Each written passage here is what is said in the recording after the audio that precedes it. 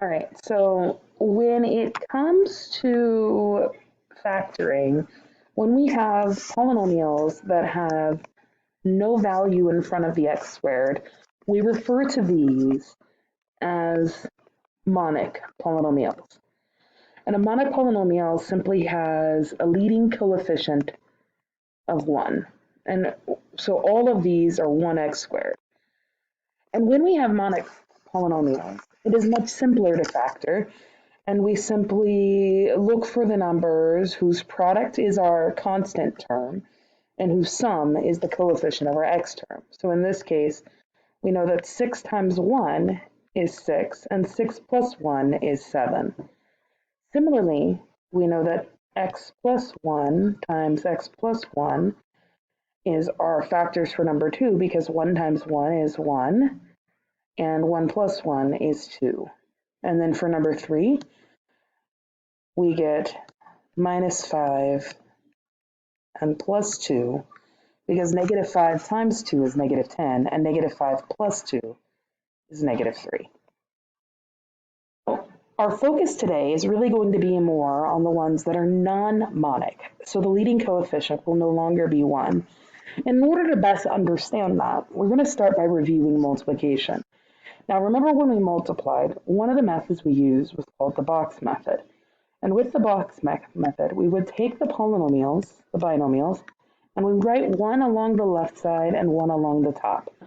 And then we would use this essentially as a multiplication table. So we have here, in this first box, 6x times 2x, which is 12x squared. In this upper right box, we have 6x times 3, which is 18x. In the bottom left, we have 2x times 1, so 2x. And then in the bottom right, we have 3 times 1, or 3. What's awesome about this is the like terms always end up along the diagonal. So when we combine that, we get 12x squared plus 20x plus 3. Now the problem is, when trying to factor, this process can be a little bit less obvious. And we might end up having to play a really long guess and check game. So there are some tricks to making this process easier when factoring. So let's take a look at example 1. So let's start like this. Let's plug in the boxes, what we know must be there, right? We know that the first box has to be the x squared term, and the last box has to be 5. Now, we also know that these two boxes together must make 17. So there is a mathematical trick that allows us to figure out what those are. So in algebra, when we write out a standard form of a quadratic, we often say ax squared plus bx plus c. So this is a, b, and c. And we use what's called the diamond trick. And in the diamond trick, we take a times c and we put it on the top of the diamond. And we take b and we put it on the bottom of the diamond. Okay? So that would mean we have here on the top 6 times 5, which is 30. And on the bottom, we have 17. Now in this case, we're looking for two numbers we're going to put here on the sides whose product is 30, but whose sum is 17. Well, 2 times 15 is 30, and 2 plus 15 is 17. So what does that mean? Well, that means that our missing boxes here are 2x and 15x. And we can see that does in fact add to 17. Now we need to reverse our box, and we need to figure out what numbers go here on the outsides. So let's play the little game. So we know that we can't put 3 on top because 3 doesn't go into 2. We'll put 3x here because we know 3x times 2x is 6x squared. We know this last box here has to be 5. So we're going to put a 5 here. And we see that 3x times 5 is 15x. And then 2x times what is 2x? Well, it's got to be plus 1. So then that gives us our factors. So we have 3x plus 1 and 2x plus 5. All right, let's try another one just to make sure. So remember, once again, the x squared term goes in the first box, our constant term in the last box, and we know that our diagonal will be negative 5x. All right, So mathematically speaking, there's actually only one way to get 3, and there's only one way to get 2. So we do know that it's likely there's a 3 and a 1. And we also know that it's likely that there's a 2x and an x. So let's play our little trick. So remember A, B, C. A times C on top, B on bottom.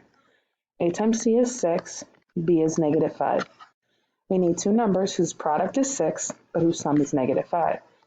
Well, that's negative 2 and negative 3, because a negative times a negative is a positive, and negative plus a negative is still negative. So we know then that this is negative 3x, and this is negative 2x. So then, working backwards, we can see that this must be 2x minus 3, and this must be x minus 1. So our factors are 2x minus 3 and x minus 1. All right, let's do one last one for good measure. So once again, our x squared term goes here. Our constant term goes here. Don't forget the sign. And we know that our diagonal will have a sum of negative 4x. So we'll make our diamond A, B, C. A times C is 4 times 35. So 4 times 30 is 120. 4 times 5 is 20, so that's 140, but negative. And then negative 4. All right. All right, so that means we have here negative 14 and 10, because negative 14 times 10 is negative 140, and negative 14 plus 10 is negative 4. So remember, these numbers here give us our coefficients for x, negative 14x and 10x. And now we play our game of guessing. All right, so we need here to be 4x squared. We cannot put 4 because that's 10, and 4 doesn't go into 10.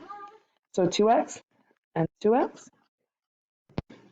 And then 2x times what is negative 14x? So that's negative 7.